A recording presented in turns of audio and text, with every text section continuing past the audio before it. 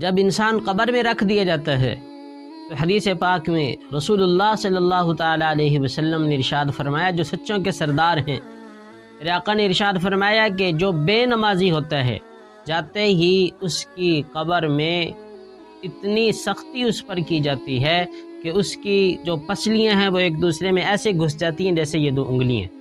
انگلیاں جس طرح ہم ایک دوسرے میں گھسا دیتے ہیں، درمیان میں کوئی فاصلہ نہیں ہے، بعینی ہی اس شخص کی پسلیاں ایک دوسرے میں گھسا دی جاتی ہیں، اور پھر ایک اژدہا اس پہ مسلط کیا جاتا ہے، بڑا سانپ،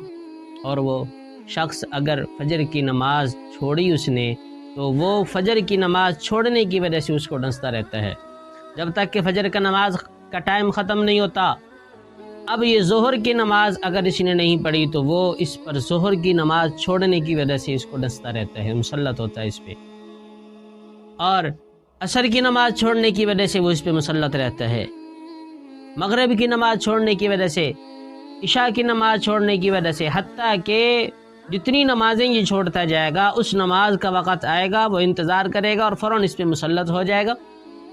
تو حدیث پاک میں ہے، یہ شخص پوچھے گا من انت، تو کون ہے؟ وہ کہے گا کہ میرے رب نے نماز چھوڑنے کی وجہ سے مجھے تیرے اوپر مسلط کیا ہے کہ میں تجھے ڈستا رہوں، میں تجھے اپنا زہر تیرے اندر منتقل کرتا رہوں، تجھے تکلیف پہنچاتا رہوں، تو نے رب العالمین کی نافرمانی کی ہے۔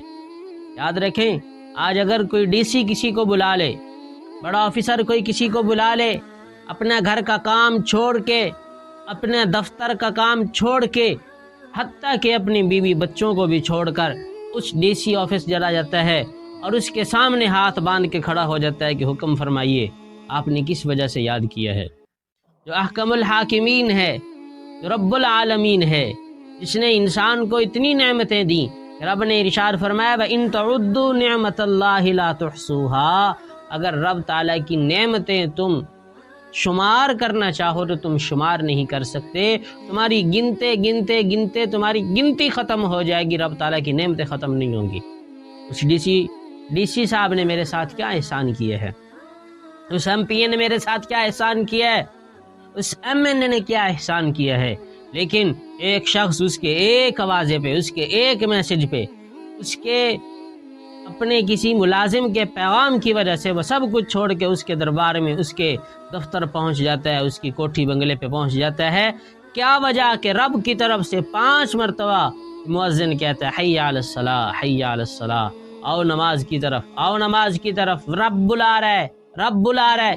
لیکن لوگ نہیں جاتے۔ اور ایک قاری صاحب بڑی پیاری بات فرمایا کرتے تھے کہ یہ جو مختلف سپیکر لگ گئے ہیں بڑی بڑی مسجدوں میں، یہ جو ایک ایک گھر میں 10 سے 15 مسجدوں کی اذانوں کی آواز پہنچتی ہے،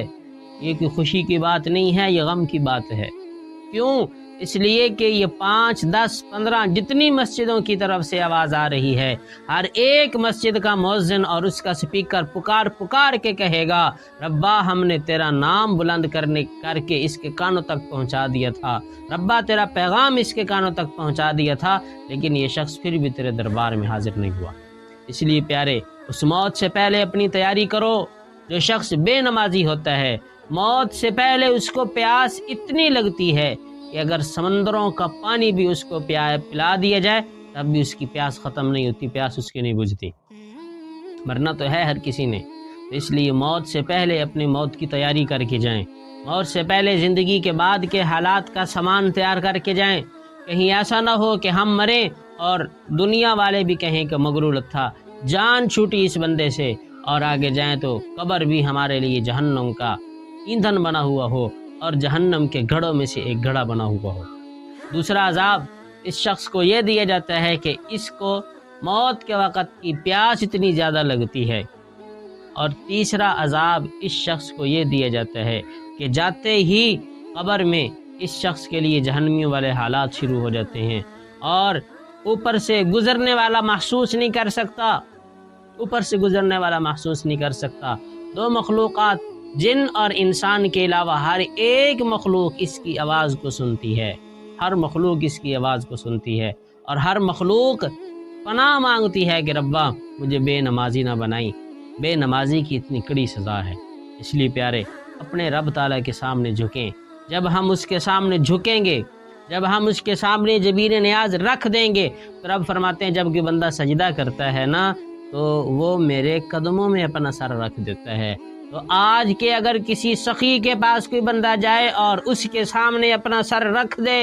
اس کے قدموں میں جا کے اپنی جبین نیاز رکھ دے،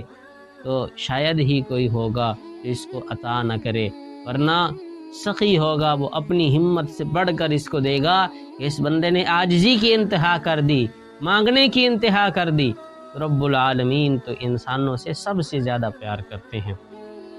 جو بندہ نماز پڑھتا ہے اللہ اس کے لیے دنیا میں بھی روشنی کا سبب بنا دیتے ہیں، سکون کا سبب بنا دیتے ہیں، اس کا چہرہ 14ویں کے چاند کی طرح چمک رہا ہوتا ہے، اس شخص کی روزی کی تنگی دور کر دی جاتی ہے، اس شخص کو اللہ دن بدن ترقیوں سے نوازتے ہیں،